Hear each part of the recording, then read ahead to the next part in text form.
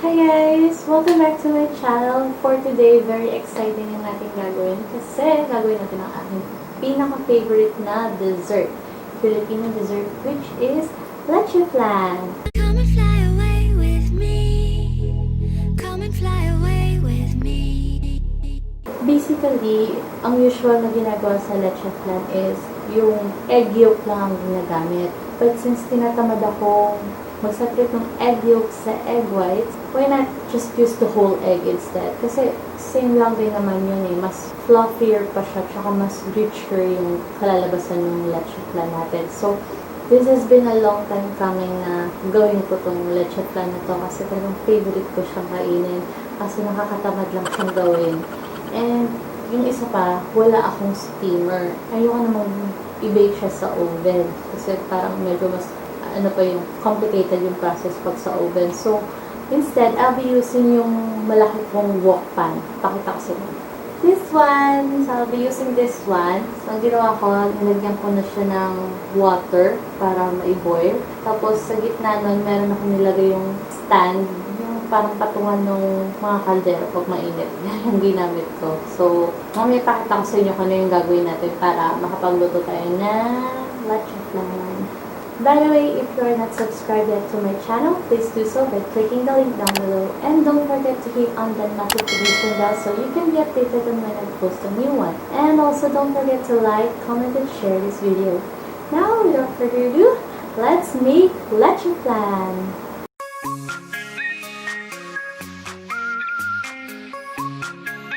For our ingredients, you will need 8 eggs. 8 whole eggs ang gagamitin natin. 1 can of evaporated milk. This is 370 milliliters of evaporated milk. Best choice ko ang Alpine. It's up to you kung gusto nyo gamitin. Then, condensed milk. This is 380 grams of condensed milk. And white sugar for our caramel. And vanilla extract. So, to start with, let's crack the eggs first onto this mixing bowl.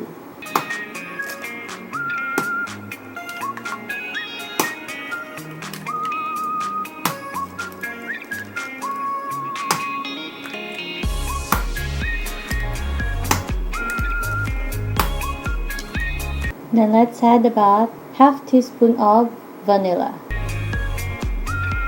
Beat the egg first with the vanilla.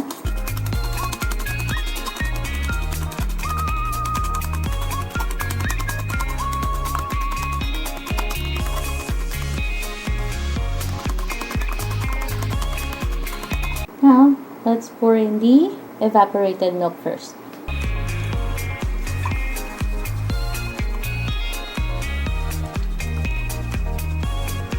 Then, the condensed milk.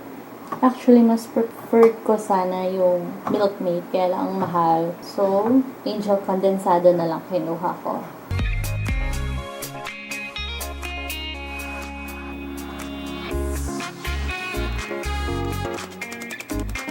Make sure to mix it well. Yung iba, ginagawa, nilalagay sa blender para mas smooth yung pagka-mix ng milk tsaka ng egg natin. Pero, this is for those yung mga walang mixer or walang blender. You can use a simple fork to mix this. Or, ito, ating, what do you call this? Beater. Like, beater natin. I think this is best kung sa mas malalim na bowl yung ginawa. I-mix to para mas ma-mix yung maigi. May nararamdaman pa kayong medyo heavy pa yung texture niya. You can simply mix it pa. Mix lang na mixed.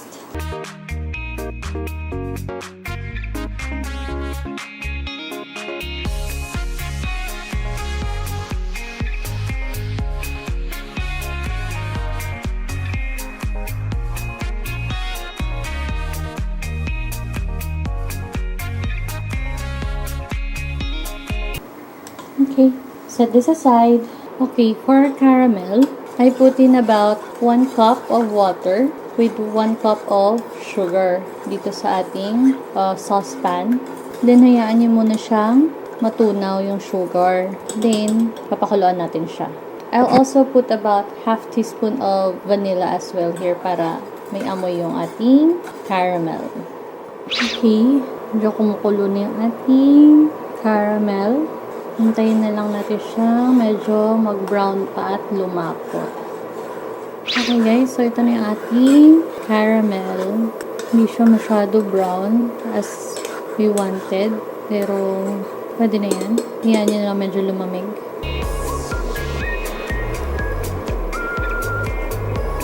Okay, let's pour in our caramel onto our llanera.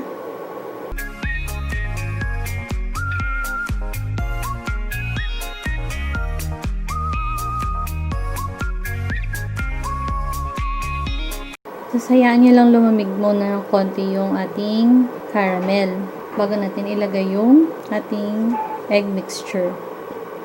20 minutes later. Okay guys, so let's put in our egg mixture na sa ating llanera. The normal is to strain the egg mixture 3 times. Pero dahil nakakatamad ng gawin yon, sabi ko nga, kaya ayokong gumagawa ng leche flan kasi super, masyadong matrabaho. So, once lang natin i-strain siya and direct na natin ilalagay sa ating llanera.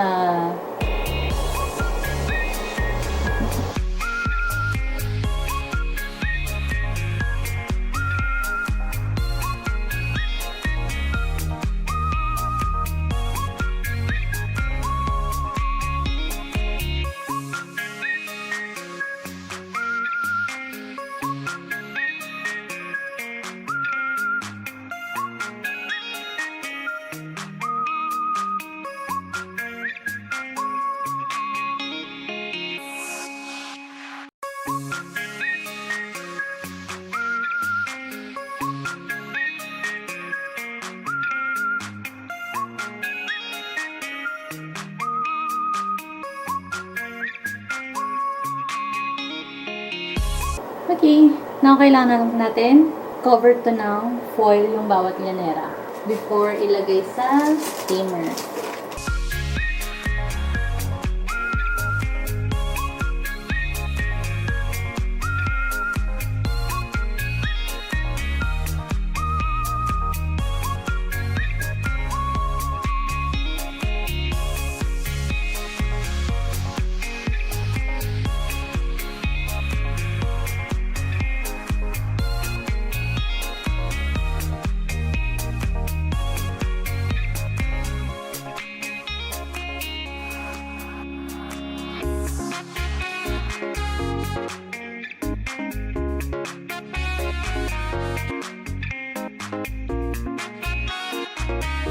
Okay, so we'll just steam this for 30 to 45 minutes.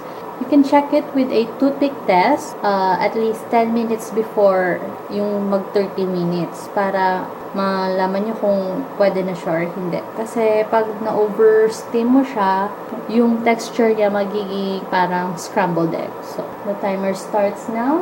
We'll check it again after 20 minutes.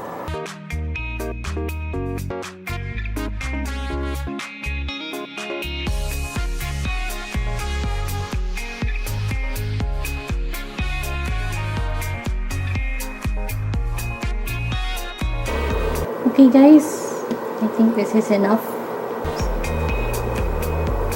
Baka ma-overcook pang ating leche flan. Off na natin ang stove.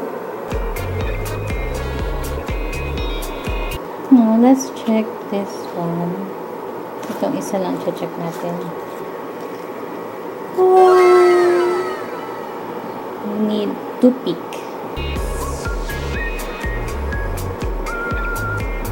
Okay, pwede na siya. Just right. Yun. Palamigin lang muna natin siya on a room temperature. Then, you need to chill this for at least 2 hours sa ref, sa fridge lang, before nyo itaob. Kasi, kailangan yung tumigas muna. Parang buong buo. Pag tinaob nyo po kasi agad to, hindi mabubuo yung ating leche flan. So, palamigin na natin silang lahat bago natin i-ref. The next day. Okay guys, so ito na yung ating leche flan. Napalamig na natin siya sa ref. Actually, overnight na siya. The next day ko na siya inano. So, let's try to i-ano nyo lang yung knife sa edge ng ating leche flan. Para bago nyo itaob. Okay, so this is the moment of truth. Let's taob this sa ating plate. So, 1, 2, 3. Kailangan mabilis. Woo! Maganda na yung ating, yeah! Medyo hindi ganun ka-brown yung ating sugar kasi white yung ginamit natin.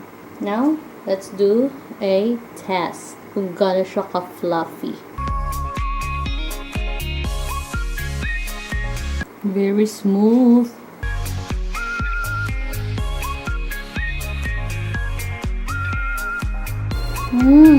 Up. Up. Pwedeng panegosyo nito. Yung ginawa natin, actually makakagawa ka ng about 6 to 7 na serving. I'll link everything below, yung costing, kung magkano yung nagastos natin dito sa ating leche flan, and kung ilan yung magagawa nyo. Kung gusto nyo mapula yung, caramel, I would suggest, pula yung gamitin yung asukal. Ito, masyadong light yung ating asukal. Hindi na natin masyado inano kasi lumalapot siya. Creamy niya, be. And take note, once lang natin siyang, tawag dito, in-strain. Pero, smooth na yung leche flan niya.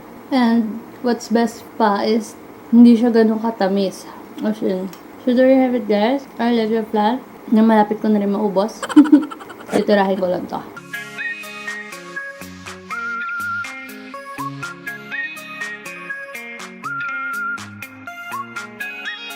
So there you have it guys, our leche flan recipe. I hope you enjoyed this, and if you like it, please click on the thumbs up button and don't forget to subscribe to my channel guys, and follow me on Instagram at mySuppleSweetLife.